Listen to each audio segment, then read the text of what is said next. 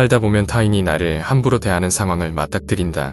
그 상황에서 놀라 아무 말도 못하고 시간이 지나서야 아무 말도 못한 자신이 원망스럽기까지 하다. 착한 사람은 수많은 고통과 고난을 견뎌야 하지만 나쁜 사람은 뉘우치면 그만이다. 착한 사람은 잘 때 고민의 밤을 지새우지만 나쁜 사람은 편하게 잔다. 상처받은 사람은 고통을 기억하지만 상처 주는 사람은 기억하지 못한다. 자기 고통이 아니니까 타인에게 고통을 주고도 망각해버린다. 사람은 누구나 이기적인 동물이기에 타인의 고통에는 둔감하다. 사회생활에서 사람을 함부로 대하는 사람도 다르지 않다. 자신은 아프지 않고 일처리는 더 빠르고 쉽게 처리할 수 있기에 효율적이라며 본인의 나쁜 행동에 정당성을 부여한다. 제 목소리를 내지 못하는 사람은 이런 사람들의 먹잇감이 될 수밖에 없다. 나를 함부로 하는 사람을 물리치거나 강자가 되려면 약자의 자세에서 벗어나야 한다. 최소한의 선은 지키며 선의를 베푸는 사람, 착하지만 함부로 대하기 어려운 사람이 되어야 한다. 남들이 나를 함부로 대하지 못하게 하는 3가지 방법. 착하면서도 강단 있는 사람이 되는 방법이 있다. 첫째, 자신만의 원칙을 가져라. 자신만의 원칙을 가져야 살다가 눈물을 삼키는 일을 피할 수 있다. 선량함은 나약함도 거절할 줄 모르는 것도 남에게 이용당하는 것도 아니다. 착한 사람이 되어 자신만의 원칙과 성질을 가져야 한다. 진정한 선량함은 원칙과 관련된 문제이지 무조건 자신을 희생하고 헌신하는 것이 아니라는 것이다. 원칙은 힘을 실어준다. 특히 갈등이 일어날 때 빨리 안정시켜주는 효과가 있다. 사람들은 원칙 있는 사람을 쉽게 보지 않는다. 원칙이 있으면 다른 사람들도 상대 의사는 물론 그 사람을 존중하게 된다. 그렇다면 남들이 나를 함부로 하지 못하게 하고 싶을 때 유용하게 사용할 수 있는 원칙에는 어떤 것이 있을까? 첫 번째, 사람과 사람 사이에는 평등한 교환이 전제되어야 한다. 두 번째, 선량함을 말하고 싶다면 먼저 공평함부터 따져야 한다. 세 번째, 감사할 줄 모르는 사람에게 당신의 선량함을 먹이러 던져주지 마라. 남에게 밉보이지 않으려 전전긍긍할수록 오히려 미움을 사기 쉽다. 내가 바라는 것을 제대로 표현하지 않으면 갈수록 내게 요구하는 사람들이 많아진다. 인생의 큰일 앞에서조차 최소한의 선도, 원칙도 지키지 못하는 사람은 평생 고생할 수밖에 없다. 함부로 대하는 사람을 물리칠 때도 마찬가지이다. 원칙을 세우고 대처해야 자신도 지키고 힘도 제대로 발휘할 수 있다. 먼저 그동안 착함과 선량함에 대해 어떻게 생각해왔는지 점검해 볼 필요가 있다. 이 지점이 마음을 잡아줄 원칙을 세우는 지점이 될 것이다. 함부로 대하는 사람들과 나 자신의 심리와 행동을 분석해 앞으로 어떻게 행동할지 구체적으로 계획을 세워라. 그리고 실행하라. 과거 거절을 못해왔었다며 연습을 반복하라. 혼잣말이나 거울을 보며 숙달해라. 전문가 도움이나 워크숍 참석도 좋다. 거절 한마디 하는 것에 뭐 그렇게 야단법석을 떠냐고 해도 좋다.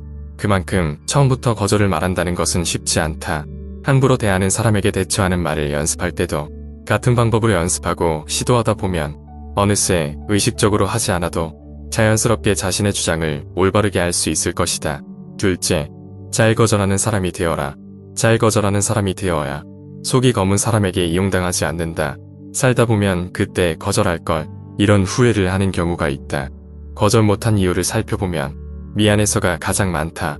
미안하다는 이유로 거절하지 않으면 후회에 더 큰 결과를 감당해야 한다.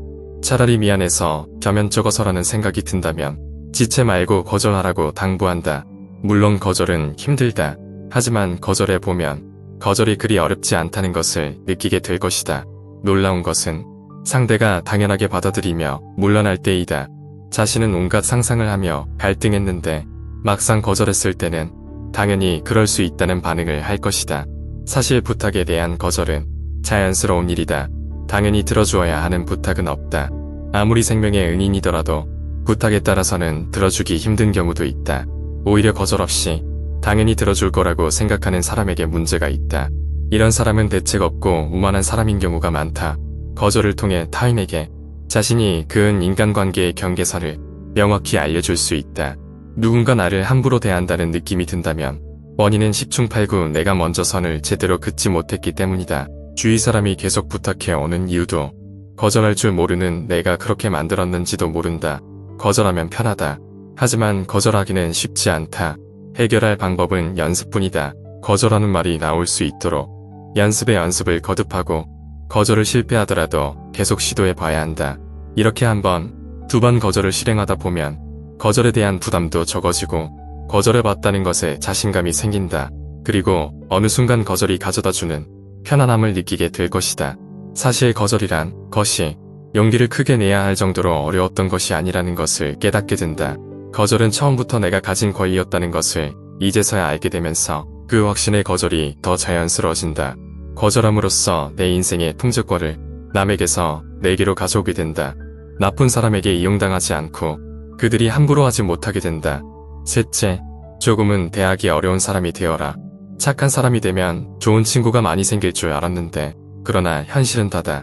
나같이 착한 사람은 진짜 친구보다는 이용하려는 사람을 더 많이 만나기 십상이다. 자신을 함부로 대하는 사람에게 맞서 싸우지 못한 이들은 결국 정신적 스트레스에 시달린다.